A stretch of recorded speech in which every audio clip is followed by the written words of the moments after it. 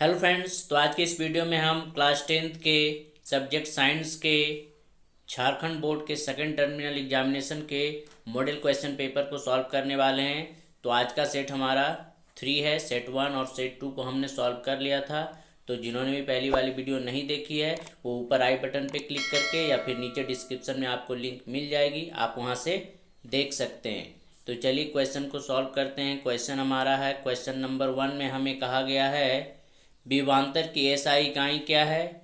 उस उपकरण का नाम बताइए जो चालक के टर्मिनल के बीच विभवांतर बनाए रखने में मदद करता है।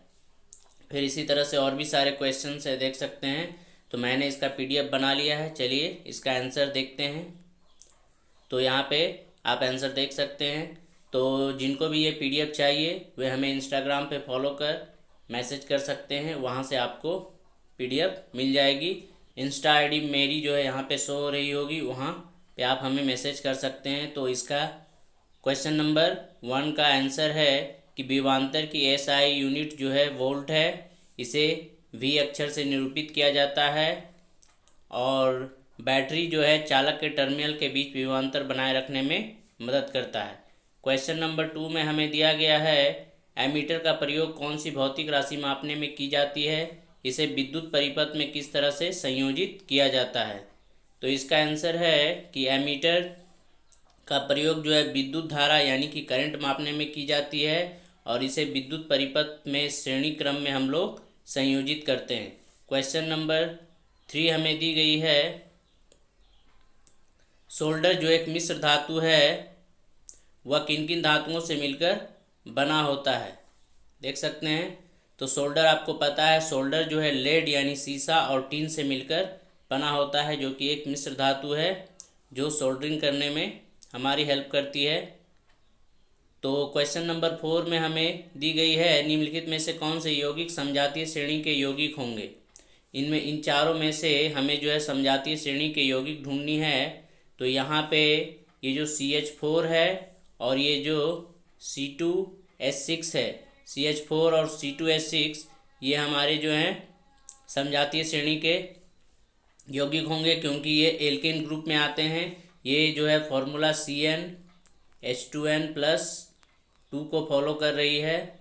आप देख सकते हैं कि यहाँ पे कार्बन 1 है तो यहाँ पे 1 पुट करेंगे तो ये 2 × 1 + 2 होके ये 4 हो जाएगी, तो ये मीथेन हो जाएगी। फिर यहाँ पे हम 2 पुट करेंगे तो 2 × 2 + 2 हो जाएगी, तो ये 4 2 6 हो जाएगी। तो ये एल्केन ग्रुप के मेंबर होंगे। क्वेश्चन नंबर 5 में हमें दिया गया है स्त्रियों और पुरुषों में पाए जाने वाले लिंग गुणसूत्र कौन कौन से हैं। तो हमें पता है स्त्रियों के जो लिंग गुणसूत्र होते हैं वो XX होते हैं और पुरुषों में पाए जाने वाले लिंग गुणसूत्र वो XY होते हैं। अगला क्वेश्चन है पारितंत्र के अजैव घटक का उदाहरण दीजिए। पारितंत्र के अजैव घटक का हमें उदाहरण देना है। तो आपको पता है कि अजैव घटक वैसे घटक होते हैं पारितंत्र के जिनमें कोई जीवन नहीं पाया जाता है। तो यहाँ पे अजैव घटक में आप लिखेंगे ताप, वर्षा, वायु, मृदा यानी मिट्टी और खनिज, ये सभी जो है पारितंत्र के अजैव घटक में आते हैं। पहाड़, नदी, ये सभी। क्वेश्चन नंबर 7 में हमें दी गई है प्रत्येक कोशीय स्तर पर उपलब्ध कार्बनिक पदार्थ का कितना प्रतिशत अगले स्तर पर पहुंचता है। हर एक कोशीय स्तर का जो कार्बनिक पदार्थ होता है अगले स्तर में कितना उसका वैल्यू पहुंचता है। तो इसका जो है 10%। प्रत्येक कोशीय स्तर पर उपलब्ध कार्बनिक पदार्थ का केवल 10% ही अगले स्तर पर पहुंचता है। अब हमारा जो है सेक्शन बी है। सेक्शन बी ये हमारे 3 मार्क्स वाले क्वेश्चन हैं। इनमें 5 क्वेश्चन हमें सॉल्व करने हैं। तो पहला क्वेश्चन है कि नीचे दिखाए गए तारों P और Q में किसका प्रतिरोध अधिक होगा और क्यों होगा, वो भी बताने हैं। तो यहाँ पे 2 तारें दी गई है, आप देख सकते हैं तार P और Q। तो आप यहाँ देख सकते हैं P की जो एरिया है वो A है और Q की जो एरिया है इस तार की ये A/2 है, यानी हाफ कर दी गई है एरिया को, पतला कर दिया है तार को। तो हमें बतानी है किसका प्रतिरोध अधिक होगा। तो हमें पता है कि क्षेत्रफल बढ़ने से प्रतिरोध कम होता है और क्षेत्रफल घटने से प्रतिरोध जो है बढ़ जाती है। ये व्युत्क्रमानुपाती होता है एक दूसरे का। तो यहाँ पे तार Q जो काफ़ी पतला है इसका प्रतिरोध ज़्यादा होगा, क्योंकि किसी चालक का प्रतिरोध उसके अनुप्रस्थ काट के क्षेत्रफल यानी मोटाई के व्युत्क्रमानुपाती होता है। तार की मोटाई अगर कम करते हैं तो प्रतिरोध बढ़ जाता है। तो ये तार जो है Q का प्रतिरोध काफ़ी ज़्यादा हो जाएगा। क्वेश्चन नंबर 9 में हमें कहा गया है चुंबकीय क्षेत्र की एसआई मात्रक लिखें, और जब एक चुंबकीय सुई को किसी धारावाही चालक के पास लाया जाता है तो वह विक्षेपित हो जाती है, क्यों? तो इसका आंसर है, पहले तो हमें चुंबकीय क्षेत्र का एसआई मात्रक लिखना है। तो चुंबकीय क्षेत्र की जो एसआई मात्रक होती है वो एम्पियर पर मीटर भी होती है, टेस्ला भी होती है और वेबर भी होती है। और जब एक चुंबकीय सुई को किसी धारावाही चालक के पास लाया जाता है तो विद्युत धारा के चुंबकीय प्रभाव के कारण दोनों के समान ध्रुवों के बीच एक प्रतिकर्षण बल लगता है, जिसके कारण चुंबकीय सुई जो है विक्षेपित हो जाती है। यानी कि जब समान ध्रुव यानी उत्तरी ध्रुव के पास आती है तो दोनों के बीच जो है प्रतिकर्षण बल एक दूसरे को जो है धक्का देने वाली बल लगती है, जिसके कारण चुंबकीय सुई जो है विक्षेपित हो जाती है। क्वेश्चन नंबर 10 का ए में हमें दिया गया है प्लैटिनम, सोना एवं चांदी का उपयोग आभूषण बनाने के लिए क्यों किया जाता है?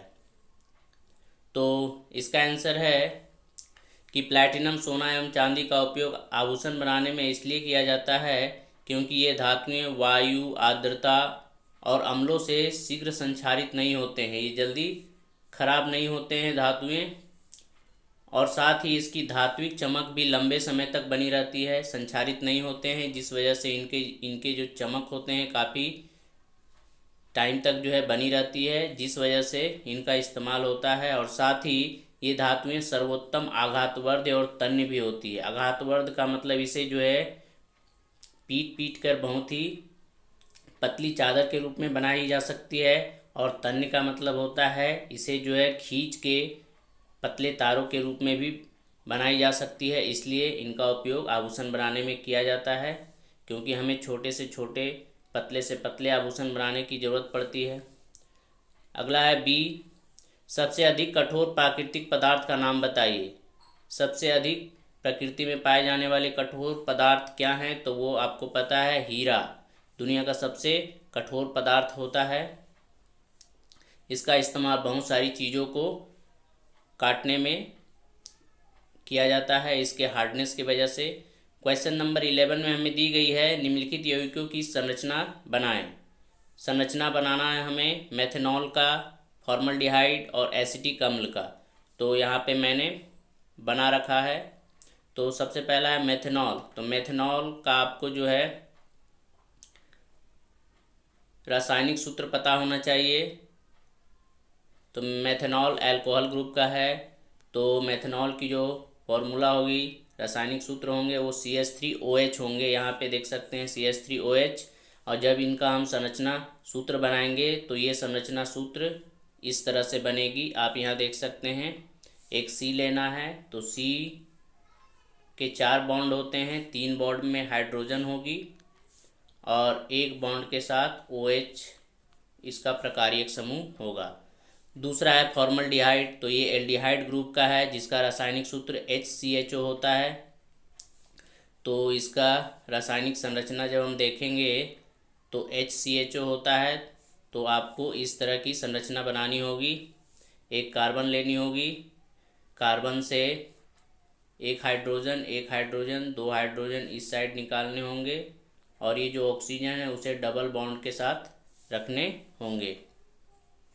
तो ये आपकी फॉर्मल्डिहाइड हो जाएगी। अगला है एसिटिक अम्ल। इसे हम एसिटिक अम्ल का देखेंगे तो नीचे यहाँ पे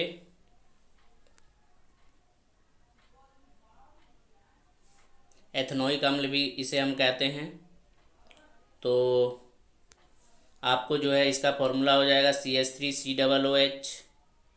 तो यहाँ पे देख सकते हैं 2 C है। तो पहले C से जो है आपको 3 हाइड्रोजन निकालने होंगे और उसके बाद वाले सी से जो है एक डबल बॉन्ड के साथ ऑक्सीजन और एक सिंगल बॉन्ड के साथ OH निकालने होंगे।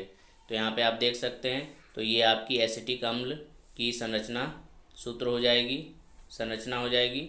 अगला क्वेश्चन है, क्वेश्चन नंबर 12 में हमें दी गई है, क्या होगा यदि हम एक पोषी स्तर के सभी जीवों को समाप्त कर दें। एक पोषी स्तर के अगर सभी जीवों को समाप्त कर देंगे तो क्या होगा। तो इसका तो बहुत ही बुरा असर पड़ेगा पारितंत्र पे, क्योंकि जब एक पोषी स्तर के सभी जीवों को हम समाप्त कर देंगे तो प्राकृतिक असंतुलन होगा, यानी कि संतुलन जो है प्रभावित हो जाएगा। प्रकृति की सभी खाद्य श्रृंखलाएं एक दूसरे से जुड़ी होती है, हमें पता है। यदि आहार श्रृंखला से शेरों को ख़त्म कर दिया जाए तो घास चरने वाले जो जीव हैं उनकी संख्या में वृद्धि हो जाएगी, यानी उनकी संख्या अनियंत्रित हो जाएगी, उनकी संख्या बहुत बढ़ जाएगी। उनकी बढ़ी हुई संख्या फिर क्या करेगी, तो अगर घास खाने वाले जीवों की संख्या बढ़ेगी तो इससे जो है यह जो है घास को ख़त्म कर देगी, जिससे वह क्षेत्र जो है रेगिस्तान बन जाएगा और इसका काफ़ी बुरा असर पड़ेगा पारितंत्र पे। अगला क्वेश्चन है, आप कचरा प्रबंधन की समस्या कम करने में क्या योगदान दे सकते हैं, किन्हीं 2 तरीकों का वर्णन कीजिए। तो कचरा प्रबंधन की समस्या को कम करने में 2 तरीके निम्नलिखित हैं। तो पहला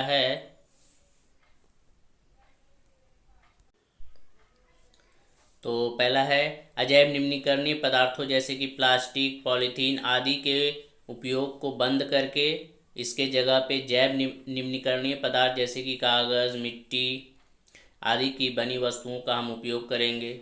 जैसे हम मार्केट जाते हैं तो जो भी सामान खरीदते हैं उनको जो है प्लास्टिक के थैलों की बजाय कपड़ों या कागज़ के थैलों का इस्तेमाल करेंगे उन्हें लाने में।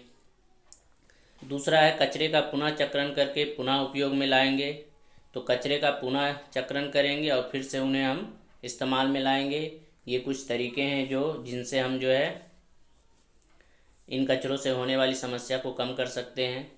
क्वेश्चन नंबर 14 में हमें दी गई है, एकल जीव द्वारा उपार्जित लक्षण सामान्यतः अगली पीढ़ी में वंशानुगत नहीं होते हैं, क्यों।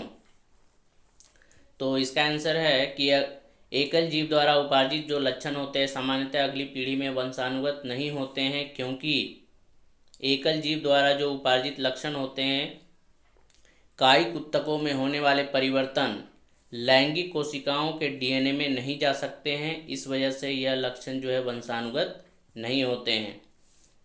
अब है सेक्शन सी के क्वेश्चन हैं। ये 5 मार्क्स वाले क्वेश्चन होंगे जिनमें आपको जो है 3 ही क्वेश्चन के आंसर देने हैं। तो 5 मार्क्स वाले क्वेश्चन हैं, किन्हीं 3 प्रश्नों के उत्तर देने हैं। तो पहला क्वेश्चन है, ओम का नियम लिखिए और इसका सत्यापन भी कीजिए। तो ओम का नियम क्या है कि यदि किसी चालक की भौतिक अवस्थाएं, तो भौतिक अवस्थाएं में जैसे ताप, दाब, लंबाई, क्षेत्रफल, अगर चालक की ये सभी अगर स्थिर रहता है तो उनके सिरों के मध्य उत्पन्न जो विभवांतर होते हैं प्रभावित विद्युत धारा के समानुपाती होते हैं। यानी जैसे जैसे हम चालक के सिरों के बीच विभवांतर को बढ़ाते जाएंगे उसी अनुपात में विद्युत धारा का मान भी बढ़ता जाएगा। कंडीशन है कि ताप, दाब ये जो भौतिक अवस्थाएं हैं वो स्थिर होनी चाहिए। तो यहाँ पे ओम के नियम से भी समानुपाती आई हो जाएगी। जब इसका हम प्रोपोर्शनलिटी तोड़ेंगे तो भी इक्वल टू IR हो जाएंगे, जहाँ पे R एक नियतांक होगा जिसे हम चालक का प्रतिरोध कहते हैं। अब हमें इसे सत्यापित भी करनी है। तो सत्यापन के लिए सबसे पहले आपको जो है डायग्राम बनाना होगा। तो ओम के नियम का सत्यापन यहाँ से करेंगे हम लोग। तो डायग्राम आप देख सकते हैं, इस तरह का डायग्राम बनाना होगा। डायग्राम में यहाँ पे बैटरी है वेरिएबल और यहाँ पे करंट I यहाँ से जा रही है, यहाँ पे प्रतिरोध लगा हुआ है और यहाँ पे एमीटर को श्रेणी क्रम में जोड़ा गया है और वोल्ट मीटर को प्रतिरोध के जो है पार्श्व क्रम में जोड़ा गया है।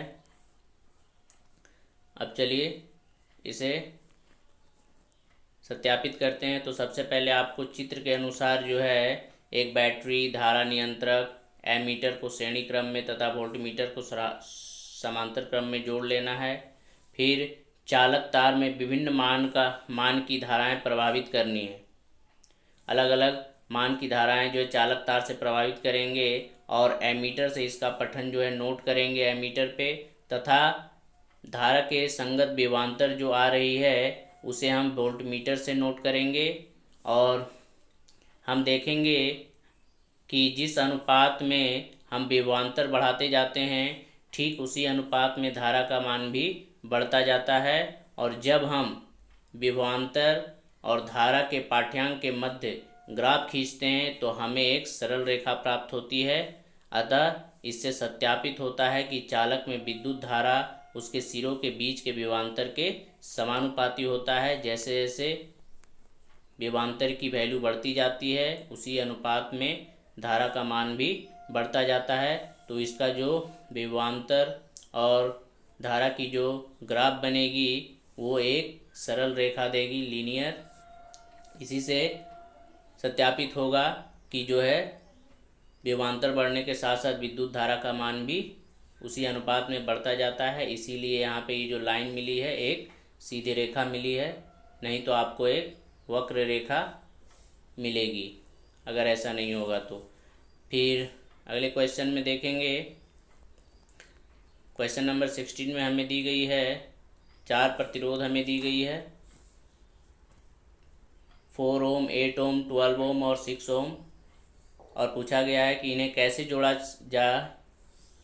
जोड़ा जाए कि कुल प्रतिरोध अधिकतम हो और दूसरे नंबर में कुल प्रतिरोध न्यूनतम हो और सी नंबर में अधिकतम और न्यूनतम प्रतिरोध की गणना भी करें। तो हमें पता है कि प्रतिरोधों को अगर अधिकतम रखना है तो अधिकतम प्रतिरोध के लिए हमें श्रेणी क्रम संयोजन करना होगा और न्यूनतम करना है तो हमें पार्श्व क्रम या समांतर क्रम संयोजन करना होगा। अब चलिए इसे निकाल भी लेते हैं। तो हमें पता है श्रेणी क्रम में जो प्रतिरोध होते हैं समतुल्य प्रतिरोध, उनका जो फॉर्मूला होता है वो R = R1 + R2 + R3 + R4 होती है। तो वैल्यू को पुट कर लेंगे। इसकी वैल्यू 4 दी गई है, इसकी वैल्यू 8, इसकी वैल्यू R3 की वैल्यू 12, फिर यहाँ पे 6 ओम दी गई है। सारे को ऐड करेंगे तो 8 × 4 = 12, 12 × 24 और 6 30 ओम हो जाएगी। तो इसका आंसर होगा कुल प्रतिरोध अधिकतम प्रतिरोध के लिए 30 ओम होगी। अब हमें जो है न्यूनतम प्रतिरोध भी ज्ञात करना है। तो न्यूनतम प्रतिरोध के लिए हमें जो है पार्श्व क्रम संयोजन करना होगा। तो पार्श्व क्रम में समतुल्य प्रतिरोध निकालने का जो फॉर्मूला होता है वो 1/R = 1/R1 + 1/R2 + 1/R3 + 1/R4 होती है। इसमें वैल्यू पुट कर लेंगे। R = 1/4, 1/8, 1/12, 1/6 कर लेंगे। और जब इनका एलसीएम निकालेंगे डिनोमिनेटर का हर का 4, 8, 12, 6 का, तो वो 24 आएगी। फिर 24 से डिवाइड कर लेंगे तो यहाँ 4 से 6 टाइम्स में, 8 से 3 टाइम्स में, 12 से 2 टाइम्स में, 6 से 4 टाइम्स में आ जाएगी। इन सारे वैल्यू को ऐड करेंगे 6, 3, 9, 2, 11, 4, 15/24 हो जाएगी। फिर हम यहाँ से जो है 1/R = जो 15/24 आई है उसे हम यहाँ से चेंज करेंगे, ऊपर नीचे चेंज करेंगे। R को ऊपर, 1 को नीचे लाएंगे तो ये वैल्यू 24 ऊपर चली जाएगी, 15 नीचे रह जाएगी। तो यहाँ पे R = 24/15 हो जाएगी। इसमें हम डिवाइड कर लेंगे तो R की वैल्यू फाइनली 1.6 ओम होगी। तो देख सकते हैं कितना कम हो चुका है, पहले में 30 और दूसरे में 1.6 ओम। काफ़ी ज़्यादा प्रतिरोध कम हो चुकी है। अगले क्वेश्चन में देखेंगे 17 नंबर में। क्वेश्चन नंबर 17 में हमें पूछा गया है मिसेल क्या है। जब साबुन को जल में डाला जाता है तो मिसेल का निर्माण क्यों होता है। क्या इथेनॉल जैसे दूसरे विलायकों में भी मिसेल का निर्माण होगा। तो जब साबुन को जल में डाला जाता है तो इसके अणु के जो है 2 सिरे 2 भिन्न गुणधर्मों को प्रकट करते हैं। जल में घुलनशील सिरा को हम लोग हाइड्रोफिलिक कहते हैं और हाइड्रोकार्बन में घुलनशील सिरे को हम लोग हाइड्रोफोबिक कहते हैं। जो जल में घुलनशील नहीं होते हैं लेकिन हाइड्रोकार्बन में घुलनशील होते हैं। और पानी में डालने से साबुन का आयनिक सिरा जल के अंदर होता है और जो सिरा जल में घुलनशील नहीं है वो हाइड्रोकार्बन जो पूंछ होता है दूसरा सिरा वो जल के बाहर होता है।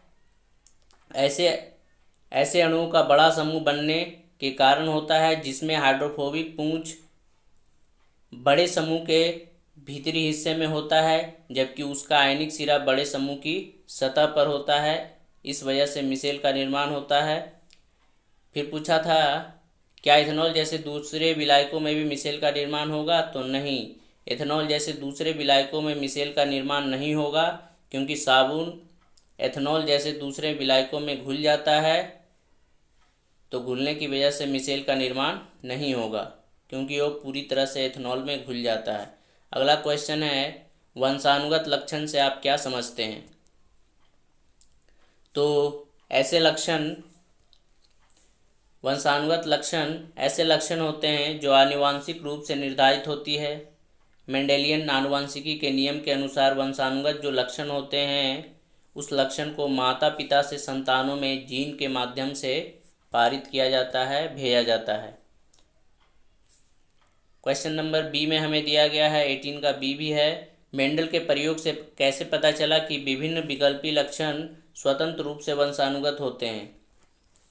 तो मेंडल ने क्या किया, तो मेंडल ने मटर के कुछ लंबे कुछ बौने पौधे का संकरण कराया। तो मेंडल के प्रयोग से पहली पीढ़ी F1 पीढ़ी के जो सभी पौधे लंबे थे, उसके बाद जब उन्होंने फिर से पहली पीढ़ी के 2 पौधे का संकरण कराया, तब दूसरी पीढ़ी में F2 पीढ़ी के पौधे जो है या तो लंबे थे या तो बौने थे। तो लंबे तथा बौने का जो अनुपात था वो 3:1 का था, यानी लंबा ज़्यादा थे, बौने कम थे। कोई भी पौधा जो है बीज की लंबाई का नहीं था, अर्थात लंबे या बौनेपन का जो लक्षण है वो स्वतंत्र रूप से वंशानुगत हुए थे।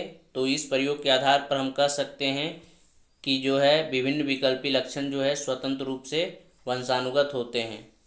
क्वेश्चन नंबर 19 में हमें दी गई है, 19 के ए में अजैव निम्नीकरणीय पदार्थ क्या है।